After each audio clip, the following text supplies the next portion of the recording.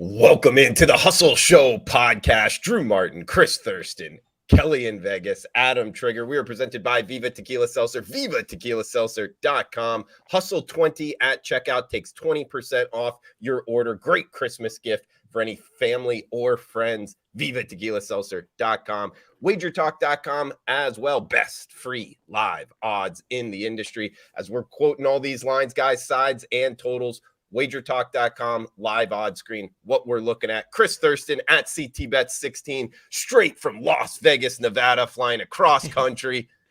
CT, welcome in, buddy. How you feeling? Drew, I'm back. I'm alive. I made it. I don't feel alive really. A little bit of a cold I caught in Vegas, but I had I guess you could say it was a really great time and a really shitty time at the exact same time. Had a few bad beats out there, but was able to have some nice dinners, got together with a lot of good friends, and it was fun. You know how Vegas is when you're out there for a 4-day trip, and it's real quick, and you're going balls to the wall every day and night. So I made it through, and now it's Christmas week. So I didn't have a very good Sunday, Drew, but bounced back on Monday night with my best bet on this show, which was Green Bay. So trying to get something rolling from there. We'll see what happens. Heading in the right direction. All right, buddy. Sounds good. And speaking of Vegas, usually just a 2-night town. He went for 4 nights. Somebody that stayed there many years is Kelly Stewart at Kelly in Vegas on Twitter, Barstool Sportsbook, WagerTalk.com, the bet on it, and right here on the Hustle. Kelly, welcome in. How you feeling? Feeling pretty good. Just got done filming Bet on It with good old Joe Ranieri and Marco D'Angelo. No, Marco did not dress up like Santa Claus. Yes, I'm still mad at him for it, but lots of laughs on today's show. I did not get the Vegas flu, but I think I got the just the left side of my face sinus just shut down. And so if I sound extra nasally today, I apologize. Still looking at a couple of college football games for tonight. Hit Radford earlier today and kind of a situational spot. It's like KC does not give a shit about this game. They're getting ready. They just beat Nebraska on a neutral court. They got to go to West Virginia on Saturday. Give me a break. Who scheduled this? And Radford, pretty much no sweat, down 3 at half. I was actually in the middle of bet on it. I almost bet K-State second half, -8. And I was like, all right, cool. I can hit a nice middle here. And it went off in the middle of bet on it. And I missed it. And of course, I'm kicking myself because K-State's up 11, 12, 13, 11, 12, the whole second half. And I'm like, all right, please don't keep fouling at the end. That's the grind with college basketball. It's like, if you're down double digits and you don't need to foul, are you going to foul? Luckily for me, Radford hit a nice outside 3. And that was about all she wrote for the Wildcats, even attempting to cover that game. So it worked out really well. A couple other things on the slate for tonight, a couple NFL games. Bowl games have been absolutely atrocious. I just logged into my office football pool. And yeah. It's been a bloodbath. It has been a bloodbath. So I'm just kind of sitting here going, do I really even care about bowl season anymore? Let me look. I am 1, 2, 3, 4, 5, 6, 7, 8, 9, 10. I am 2-8 in my office football bowl pool. So it's been a really great time so far. Really not recommending college bowl season until we get some things start to go in our way. Fair enough, Kelly. Hey, it is what it is. It happens to the best of us. I'm sure you'll bounce back as well. Also, like what you had to say there in terms of fouling at the end. One thing that I've done that's helped me in the past, Kelly, and people out there, is take notes of the coaches that do foul when they're down by a certain amount and keep it. I keep in mind for totals wise, but it's something that can help you sidewise as well. Remembering the coaches of the teams that foul when they're down at extreme times in the game. Some of them do it with 90 seconds, 2 minutes left, in the game, and they start fouling. If you got an under, that's just terrible. So I try to stay away from those types of coaches. Somebody that knows a whole lot about college basketball, Adam Trigger at Top Flight SI on Twitter. Check him out, WagerTalk.com. Trig, welcome in, man. How you feeling?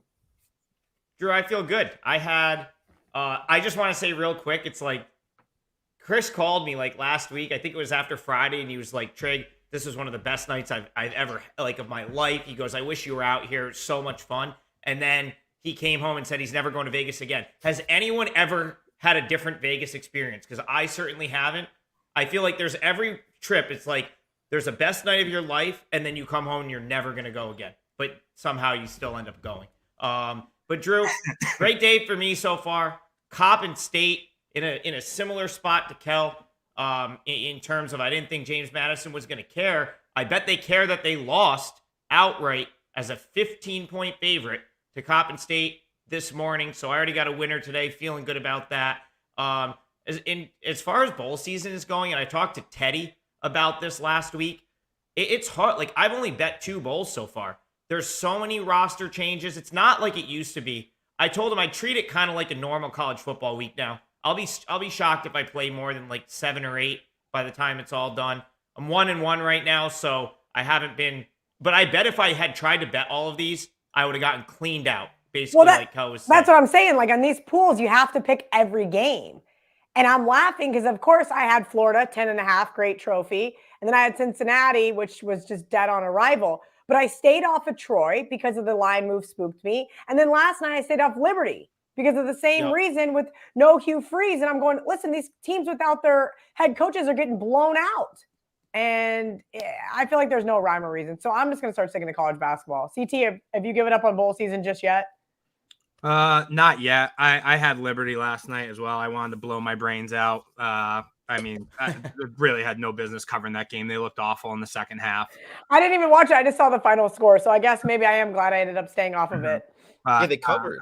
They did. Yeah, they absolutely did. I hated it the entire way. That trick play to cover with like 3 minutes left.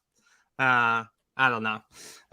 Drew, how was the crowd there? How was the atmosphere? He was there. Oh, yeah, Drew was there. Yeah. I'm trying to remember. I mean, I had a bunch of loaded Viva Tequila seltzers, but I mean, the crowd in the first half it was decent, but it was kind of like lightly raining the whole time, so it wasn't great like weather. But no, the people were rowdy. The people that were there were enjoying it. There just wasn't a whole lot of people there. Yeah, that's like typical for these stupid bowls, right? Before all the big time, the New Year's 6-1 start. There's nobody in the crowd, and it's the most ridiculous. I texted Trig earlier. I was just like, "This is the most ridiculous bowl games ever." It's so stupid. I kind of like it as a halfway degenerate, like betting on all these games. But I do agree with what Kelly and Trigger kind of their sentiment in terms of it's different this year. I mean, the NIL, the transfer portal, you got to keep up with it. There's a lot going on. And similar to both of you guys, I've been really low volume so far. Huge shout out to the chat box, everybody joining us live on the WagerTalk YouTube channel. Also, wherever you're downloading your podcast at The Hustle Show Podcast. We got big game breakdown. We got best bets coming up. Keith Landry, the first comment in here. Merry Christmas to you as well. Happy holidays out there. Whatever you're celebrating from the Hustle crew. We got James looking for a hustle dance. I don't know. Going to have to be nice to CT. Might be a little bit hungover from Vegas, but maybe we'll get one. Asking about Trig, Iowa minus 31 faves. Do we go there? Carrie asking about the hill toppers. All you guys, thanks for chiming in. We'll try to answer as many questions as possible. Yeah. Wow. I just ended up losing that game. Ridiculous. Yeah. That is and so that's my guy, as you know, Fran McCaffrey, former Siena College head basketball coach. He had a run of covering as like a big favorite. He's been outrageously good as like a 20+ point favorite since he got to Iowa, and he had like a streak going of covering these huge numbers. So for that team that's been a machine against the big numbers at home to lose as a 31-point favorite, I mean that's December college basketball right there for you, boys and girls. That's just can be a real crapshoot at times during this, like what we call like maybe finals week, I guess you would call it. A lot of crazy results. We got big game breakdown coming to you now, breaking down the games, big game style. I guess NFL would count as a big game breakdown. And I'll tell you this, guys, I like a big home dog. The Chicago Bears can get them plus 8.5. Actually can get them plus 9, but mostly 8.5 widely available against the Buffalo Bills. This is a down week for the Bills. They got Cincinnati on deck. They just came off of playing 3 big games, pretty much all their division games, the Jets, the Patriots, and the Dolphins. That Sunday night game, that night game with the snow coming down against the Dolphins. Now they have to face Chicago. We've seen Fields light it up a little bit, and all they have to do is stay within 8.5 points. I like this spot for the Chicago Bears, guys. It's ugly, but it's a ugly home dog. Sometimes those cash. I think it's cashing here on Saturday, not Sunday, in Soldier Field. My big game breakdown. I like the Chicago Bears. CT, do you have a big game you're looking at? You got circled here? Yeah, I mean, look at me now. I'm contradicting myself because my big game breakdown is actually on the New Orleans Bowl tonight. Western Kentucky versus South Alabama. And this is an interesting one, right? This line opens a lot higher than what we're seeing now. At one point it was 8.5, 9 when the trigger man for Western Kentucky, Austin Reed, he said he was going to transfer, meaning he wouldn't play in the bowl game. Since then, he turned down the new head coach of Louisville, Jeff Brom's offer to come be their guy, and instead he's returning to the Hilltoppers. He's going to play in tonight's game, and this is a big jolt for the Toppers. This kid's absolutely electric. He threw for 4,250 yards this year, 36 TDs, completion rate of 65%. The Hilltoppers scored 45-plus points in 4 bowl games since 2014, which is the most in FBS during that span. South Alabama, on the other hand, Drew, I don't know if you know this, they're one of 6 current FBS teams that have never won a bowl game. Austin Reed, he's got a ton of nice targets for him. He's going to be able to spread it out nicely amongst them. Toppers have gained at least 350 yards on offense in 27 consecutive games. South Alabama, they had a great year. They went 10-2. It's worth noting that 5 of their wins have come by a margin of 8 points or less. That's tied for the second most one-possession wins in FBS this year. They're pretty much the Minnesota Vikings of college, if you will. I think Helton's a really good coach, and I think the Toppers are going to be jacked to play tonight, especially with their go-to man, Reed, coming back. I played on Western Kentucky +4. All right, a little Hilltopper action there, going up against USA, 10-win South Alabama team, and a good one in the Big Easy tonight, 9 p.m. Eastern, nationally televised game. CT liking the Hilltoppers. Kelly Stewart, what do you got for big game breakdown? I might also be on the Hilltoppers. Actually, you want to know something good? I logged into a different office football pool, and it's not near as bad. I'm like 8-4. Did you just throw the other side in? Like, no, you know what I think I did is that, like, I like to play, like, in these contests, Trig, I like to play stale numbers. And one of them I keep logging into and changing based on the stale numbers, which has been clearly wrong. And this one I forgot I even had because I just got a text from my buddy who's watching the show. He's like, "You're not doing that bad. What are you talking about?" And I'm like, "Oh, yeah, I forgot I even entered your bowl pool. My bad." Yeah, this is the problem. Don't invite me to your pools because I forget to submit picks. I know that sounds like a very big hypocrite, but I'm back and forth on a couple of games tonight on the hardwood. One that I think I am going to get involved in, even though it looks super square, and I'm sure Trig probably likes the other side, is TCU +1.5.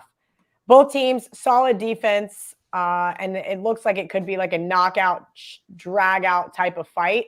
But the Horned Frogs have been playing really, really well since they lost to Northwestern State about a month ago. And that was kind of their downfall. And now Jamie Dixon's got this team playing a lot better. Their one caveat here is if they can't hit a 3-point shot to save their lives, they are not going to cover this game. And that is my concern. The other good news is Utah can't hit free throws. So we were just talking about those same free throws. And if I think it's going to be a close game and it comes down to free throws and Utah doesn't hit them, this gives us a good opportunity to cover this one. I know everybody always asks, Kelly, why do you play the 1.5 or why do you play the +2 and not the money line? These type of games that come down to that last possession, sometimes I'm like, is it really worth the +110 or the +105 when I'm getting a 1.5 with the -110? And I actually am going to ask Ralph Michaels to break that down for me. As far as like an analytical standpoint, I want to know the math behind it. I know how to do it in college football. I know how to do it in NFL. But as far as college basketball goes, I'm sure there is a rhyme or reason as to when you would play the money line versus when you would play the side. So I'm going to take the Horned Frogs +1.5. All right, a little TCU action, Big 12. We also have a question here from Madrid 90. Yo, Kelly, you like San Fran +3.5 CBB, the Dons. I'm gonna break that one down in best bets. So, but if Kel has an opinion, I'd love to hear it. No, I don't. You think I follow the West Coast Conference? Like I did a show. Drew would be proud of me. I did a show with Jeff Nadeau the other day. And really? I log in Monday morning. I'm like, all right, I got to send Jeff my card. And I go, I can't name a player on any of these fucking teams. Like, Well, you think, gave out I follow the Radford Horizon today. League? You think I follow the Summit League? Like mid-major Matt, right? How we became friends is because he followed all of these like smaller schools, and I follow the Power 5 schools, and some things never change. I'm not interested in trying to stick a fire stick in the back of my TV to find some like outrageous game or borrow a login from Trig like I had to do when K-State was in the Cayman Islands. Like, that's not fun. I want to sit down and I want to be able to bet on games that are easily accessible that I can watch. K-State today, I literally had it up on the browser in the corner while I was filming bet on it. That's what I want to be able to do. I want to be able to watch games that I can watch. I'm sorry. Like I think the bottom, the lowest tier I can go is like Missouri Valley. And after that, like just leave me alone. Cal, I want to say something though, like, and this is everyone that handicaps college basketball should take this into consideration. Like, what you're doing is what every college basketball handicapper should ultimately do, especially if you're newer to the sport. You pick a couple conferences and just focus on those conferences.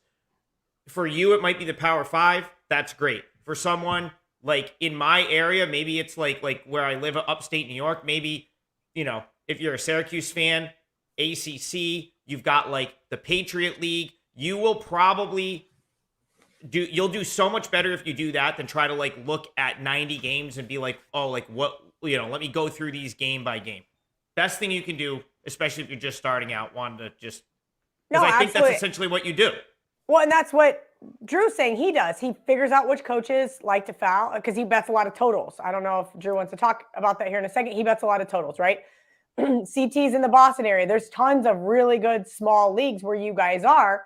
And if you guys can get inside information in terms of, hey, this guy's not playing, this kid got in trouble, whatever it is, before the bookmakers do, I mean, there's over 300 college basketball teams. You would be absolutely doing yourself a disservice to follow all these leagues. Like, there's no way you can keep up with them like you should. And the Big 12 has always been my bread and butter. So why would I not focus on it? Mm-hmm. Absolutely. I mean, Kelly, I always say this is an industry where it's better to know a lot about a little than a little about a lot. That's how you beat the markets. And like, to your point, yeah, I just do college basketball totals. My college basketball sides are like decent, not even that good over a long period of time. So that's why I stick to totals. That's where I've had success. Trig, I don't know if you had a big game breakdown you wanted to throw out before we get to best bets. Yeah, I do. So Kerry W said he's feeling some upsets in the NFL this weekend. Kerry, I agree with you. I'm hoping this is one of them. I like the Commanders +7. Just wanted to throw out, Dave Sharapan posted after the 49ers, a friend of the show, friend of Wager Talk, posted after the 49ers game on Thursday night. Brock Purdy was, and then he posted a space for you to fill in the blank. I said serviceable. I actually meant that. I wasn't like that wasn't like a joke because I had the Seahawks and I lost. I wasn't like just being bitter.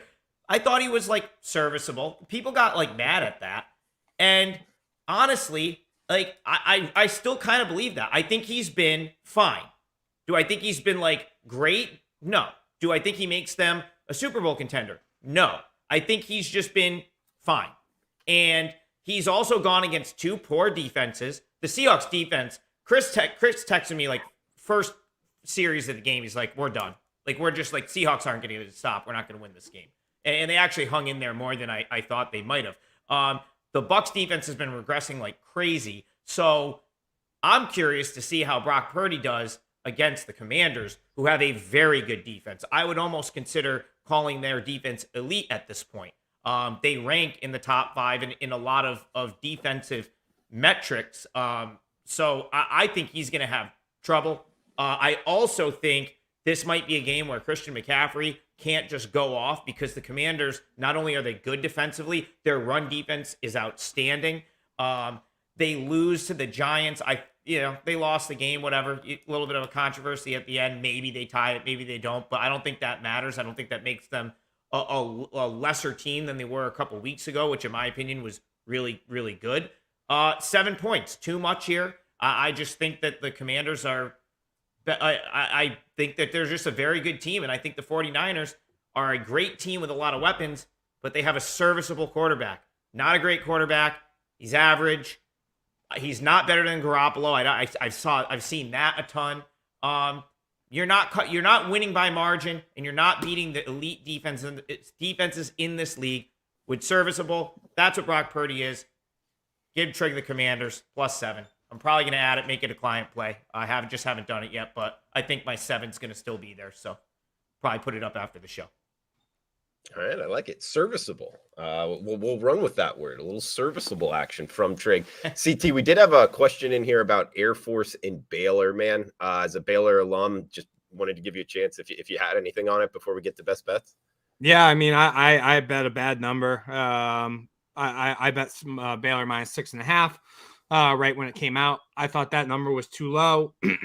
Apparently, there's a lot more respected people than me that did not agree with that because that's down to 3.5 now.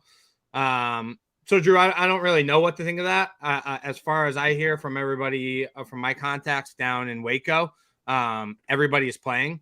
We've had a couple of transfers, but it's really guys that really didn't matter too much this year from Baylor. So I don't really know what to think of it, Drew. I have -6.5. The line's 3.5 right now. I still think Baylor's the better team, and they'll be up for this game. Blake Shapen's a sophomore. They probably have the best now going to be the best running back in the Big 12 with freshman Richard Reese. So I think they're going to be hungry to win this game. Baylor always gets up for bowl games, no matter what game it is. So do with that what you please. But yeah, I have -6.5, Drew. So I'm not a big help on this one right now. Yeah, that's tough. Sorry, Drew. I'm going to interject only because I just gave out Air Force as my best bet for Bulls this week because the Bulls are trash this week. Again, like you want me to bet on Oklahoma State versus Wisconsin? Like whoever's idea this was to let 6-win teams into bowl games is beyond me because most of them don't get up for these games. Teams like Kansas, I think, however, will. And I'm not saying Baylor won't get up for this game by any means, but man, they had a rough go towards the end of the year. I mean, Baylor was looking real good middle of the season. Then the loss to K-State. TCU just ripped their freaking guts out and left them on the field, mine included. I had Baylor. They did cover, but they didn't win the game. And then the Texas game was not very much fun either. So that's where I kind of have to wonder. I think Dave Aranda is an excellent coach. I agree with what CT said about Blake Shapen. My only caveat is, and I was talking to Dave Koken about this earlier, and why he likes Air Force as well. And it's because he said, listen, if you can find run-heavy teams with solid defenses in these bowl games, you traditionally can get them as a dog. And we've seen dogs have been winning outright. If they're going to cover, they win outright. Liberty, obviously, weird exception last night. So Brent Hall just said in the chat, service academies do show up in bowl games, and they do. But Baylor has kind of faltered the last 3 seasons in bowl games, and that is a concern for me. All valid points there. And yeah, it's the service academies, the Air Force, Navy, and Army. What are they, like 13-3 their last 16 against something the spread? like that? Yeah. Yeah. I saw a meme or whatever, a graphic, if you will, that was put up on the internet earlier. And it's interesting because it's like we've already talked about how we're just trying to navigate through this stuff. And how am I going to take 3.5 when 6.5 was available? Well, I wanted to make sure I got the best of the information. And that's kind of the problem. But I do think Air Force is going to put up a big fight. I think it could be a really good game. It could be easily, I could see this being a 21-20 final either way. Like it, Kelly. Okay.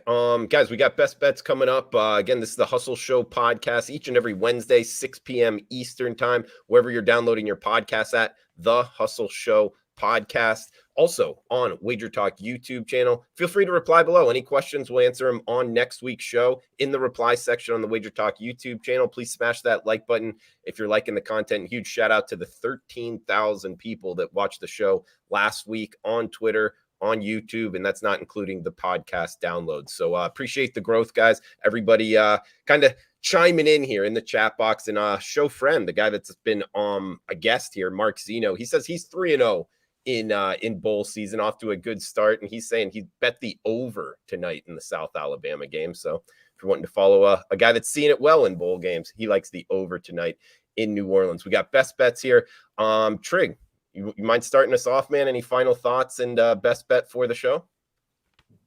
Yeah, well, final thoughts. I'm seeing a lot of the chat is disagreeing with me on the Commanders. makes me like it even more. Not gonna lie, probably gonna be posting that as a 4%er very shortly.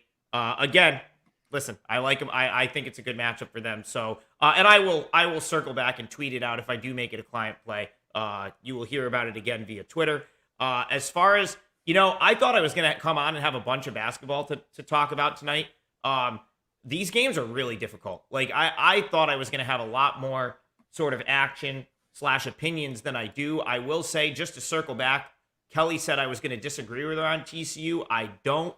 So Lampkin is back for TCU. I think this is as healthy as TCU has been collectively as a team all season. And Utah definitely has some regression in their future on both sides of the ball. Drew, on our show today, I said I didn't love the matchup for TCU, but all the other stuff certainly plays in their favor. So, Kel, I'll root for you on that one tonight. I didn't take either side there, but I don't disagree with you that TCU is the play. For me, I do have one play. College basketball tonight. Someone brought it up in the chat. It is the San Francisco Dons plus 3.5. I think CT used he called South Alabama the Vikings of college football. Well, Arizona State is the Vikings of college basketball because they're 11-1. The last two games, they played Creighton without Kalkbrenner. They played San Diego over the weekend. Two of their best players got ruled out right before game time. Everything goes their way. Teams miss open shots against them, and they've just had. Granted, they've played well. I mean, I'll give credit where credit is due. They've been better than I expected them to be. But I think that there's some big time regression in the future for the Sun Devils, just based on the fact that they've gotten no production out of Marcus Bagley. He hasn't played since the first two games of the season, like I said, the shot selection hasn't been great. I just think they've been very fortunate to get to 11-1, and I think that shows up a little bit in the number here. I gave this out this morning at 3.5, and I posted that to my page. I think it's maybe +3. I don't know if it went back to 3.5 right now. I don't think it's going to matter. San Francisco coming off a horrible loss. Prior to that bad loss, they did end UNLV's unbeaten season, so they certainly can play. They've got another nice win. I think it was they beat Wichita State earlier this year. They were really close to still unbeaten New Mexico. I think they looked ahead to this game to lose last game to Texas Arlington. They're at home. It's a big game for them, plus 3.5. I think it finally comes to an end for Arizona State here. And I like the San Francisco Dons to win this game. I'm taking the 3.5. That is my best bet for the show. San Francisco Dons plus 3.5. I'll follow that up. Staying in college basketball tonight, guys. UNC Asheville at Arkansas. I'm on the over of 151.5. Arkansas and UNC Asheville both run really high tempo, top 15% in terms of possession. So it's going to be up and down the court. Asheville scored 90 plus points in 5 games already this season. Arkansas is the favorite. I think they win by maybe like 20 plus, but I also think they run it up. Eric Musselman and company at home in front of their home fans. A lot of possessions. I think it finishes something like, 92-70, something like that. 151.5 to the over. Arkansas and UNC Asheville is my best bet for the show. It goes 9 p.m. Eastern tonight. We're recording on Wednesday. So for everybody watching live and watching the replay here shortly, Arkansas UNC over the total for me. Kelly Stewart at Kelly in Vegas. Any final thoughts here, Kelly? Best bet? Yeah, there's some. Well, I gave out a different best bet on Bet On It, and I went back and forth between both of these. And I'm probably going to give this one out on Pam's show since she and I have the same best bet on Bet On It. So don't anybody go crazy on Twitter and go, oh, well, she gave out a different best bet, because I can't really decide between the two.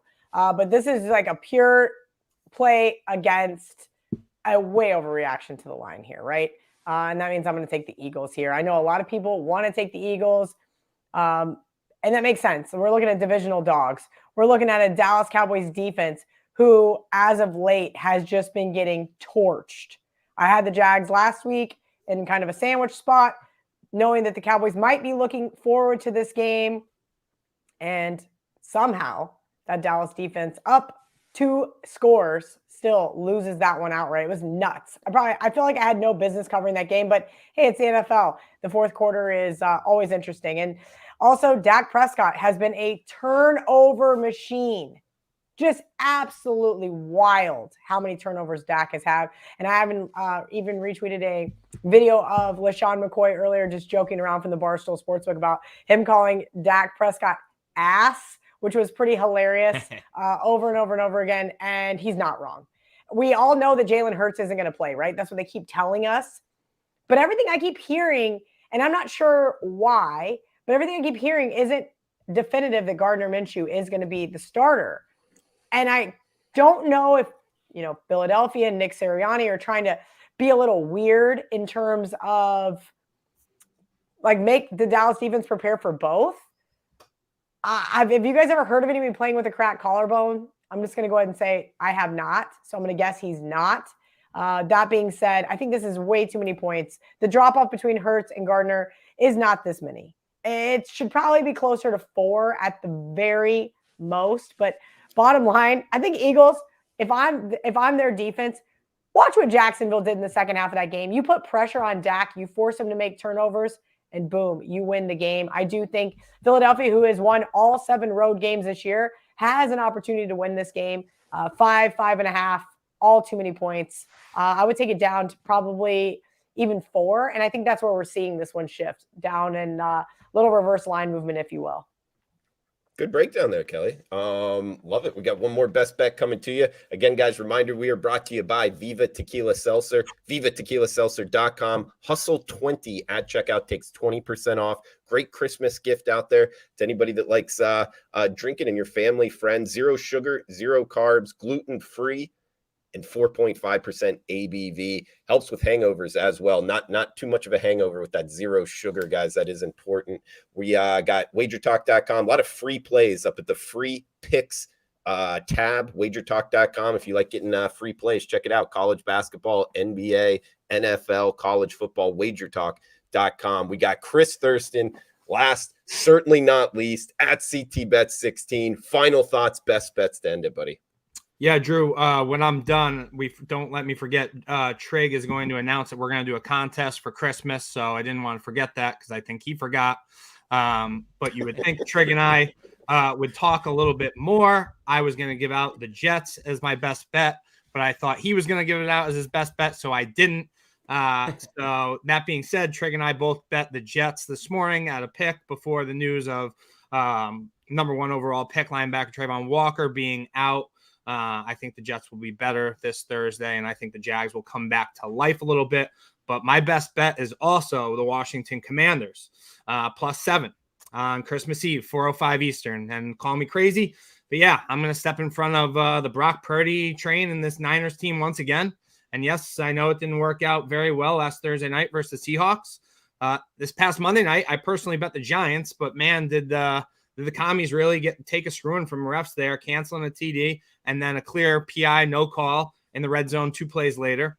They're still holding onto dear life here to the number 7 spot in the NFC playoff picture. A few teams right on their heels.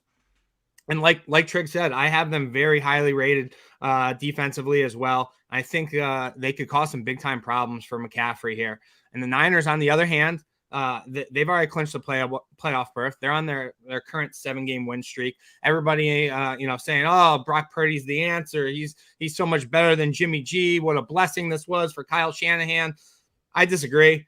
And I've really grown to love Taylor Heineke. He's really grown on me. I like his play. I like his style of play, and I love his attitude even more.